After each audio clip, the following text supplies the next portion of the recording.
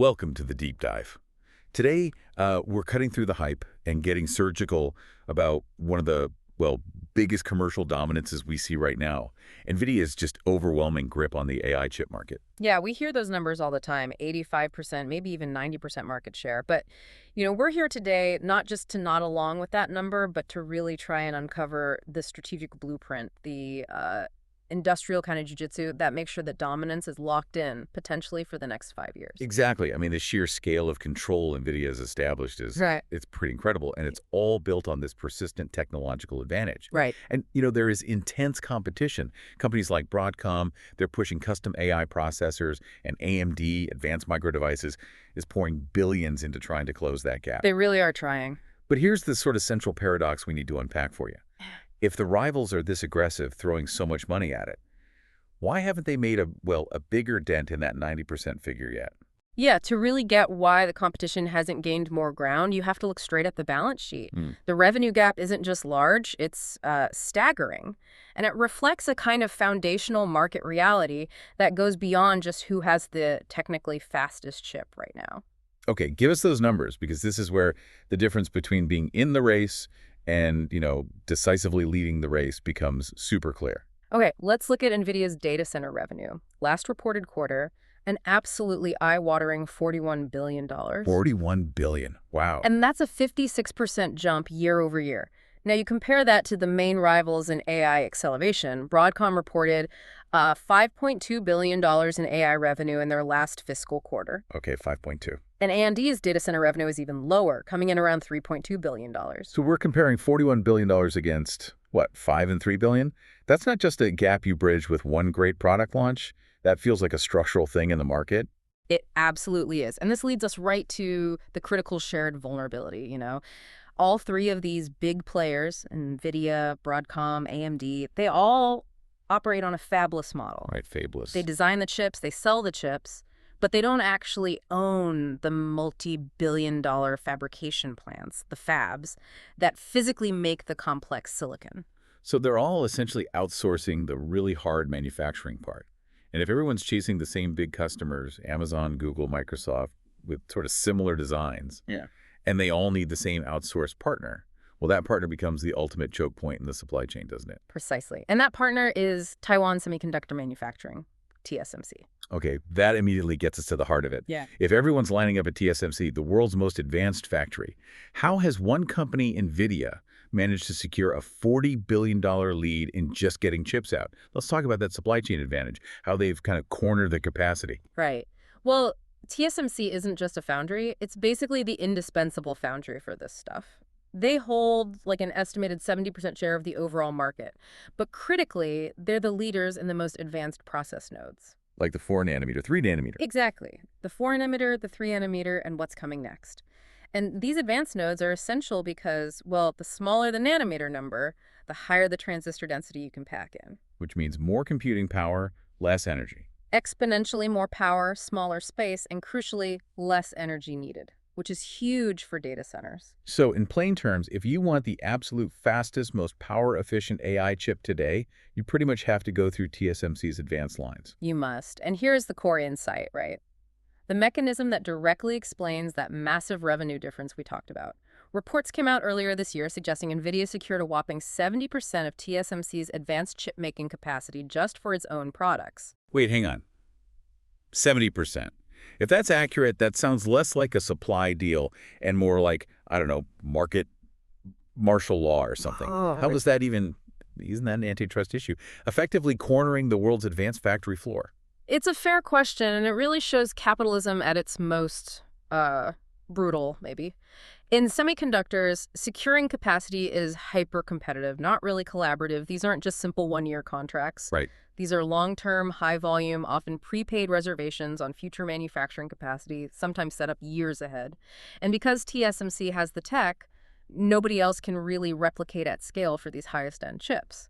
Well, they effectively control that market. So Nvidia just paid up front for most of it. By booking 70% of that advanced space, Nvidia basically ensures that even if AMD or Broadcom designs something amazing, they simply can't get enough physical wafers made. There isn't the factory time available to produce the volume needed to seriously challenge a $41 billion revenue stream. It's like they've booked all the tables at the world's best restaurant for the next 3 years.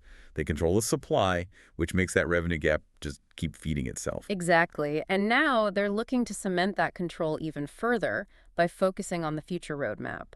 We know they're using TSMC's 4-nanometer nodes right now for Hopper and the upcoming Blackwell GPUs. Okay. And next year, they're expected to move to the 3-nanometer process node for their Rubin series. So even as competitors are maybe just starting to ramp up on 3-nanometer, Nvidia is already scaling there and planning this step after that. That's the really fascinating strategic leap. Nvidia is apparently planning to jump well beyond the upcoming 2-nanometer node towards what TSMC calls the A16 process node.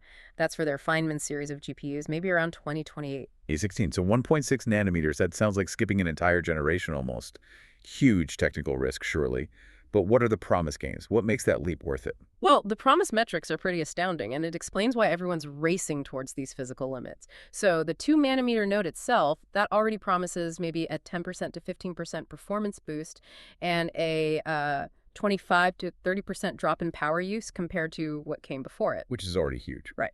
But A16 technology, jumping past 2 nanometers, promises to be an additional 8% to 10% more powerful on top of that. Okay, so massive speed gains just keep compounding. Yes. But here's the really critical figure, especially for the big data center operators, the reduction in energy consumption. A16 promises something like a 15% to 20% reduction in energy use compared to even the 2-nanometer node. Right, and that matters because... Think about it practically. Data centers are increasingly constrained not just by space, but by the physical limits of power delivery and getting rid of heat. A 15–20% efficiency improvement on top of all the earlier gains means you can cram significantly more compute power into the same building without melting things down or needing insane infrastructure upgrades. That's the real aha moment for efficiency. And crucially, this tech ambition links straight back to exclusivity again, right? Making sure they corner the next generation of supply before anyone else even gets access to test it. Absolutely. The reports suggest Nvidia is the only company currently testing this A16 technology with TSMC right now. Competitors haven't publicly jumped onto that roadmap yet.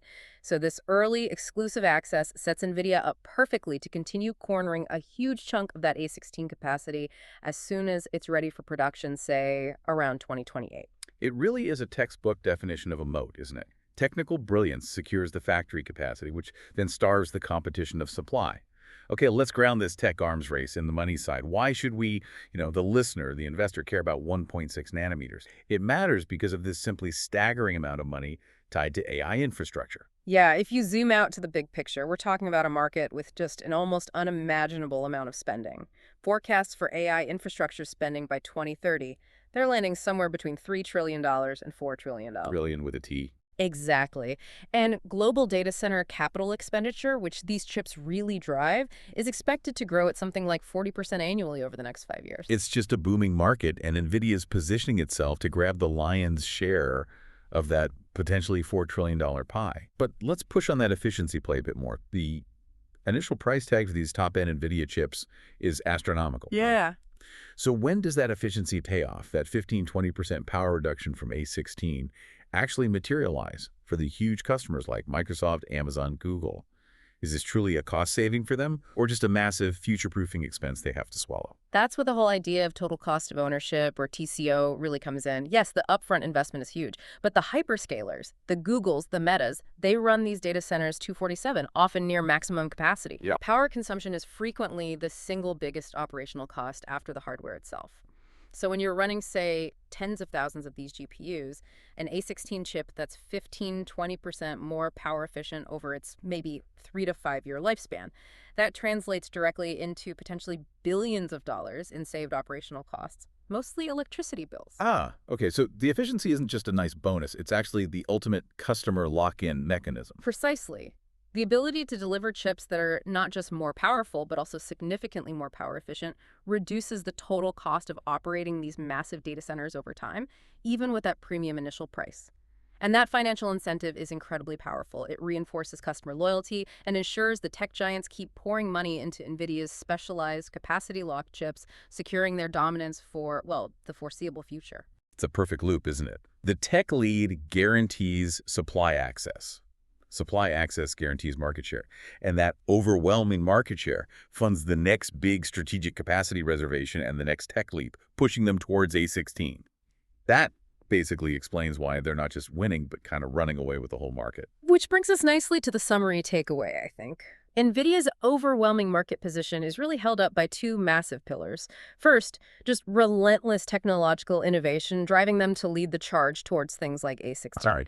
And second, really strategic, long-term supply chain control achieved by cornering, maybe 70% of TSMC's most advanced manufacturing capacity. Okay, so this raises one final, maybe provocative thought for you, the listener, to mull over. We know the AI giant Nvidia is already booking capacity past the 2-nanometer node, looking at A16. Meanwhile, reports suggest a major smartphone maker like Apple has already cornered maybe half of TSMC's immediate 2-nanometer production capacity for their next-gen devices. So if the two biggest, most demanding players in the entire tech world, AI on one side, high-end mobile on the other, are locking up 50%, maybe 70% of all future advanced process capacity, like 2 nanometers and beyond, what does this accelerating fierce demand mean for the future availability and maybe the price of all cutting-edge computing hardware, stuff outside of just that top-tier AI market? Yeah, if the factories are fully booked years in advance by the two biggest giants, what's actually left for, say, automotive tech, industrial computing, all the smaller, innovative tech firms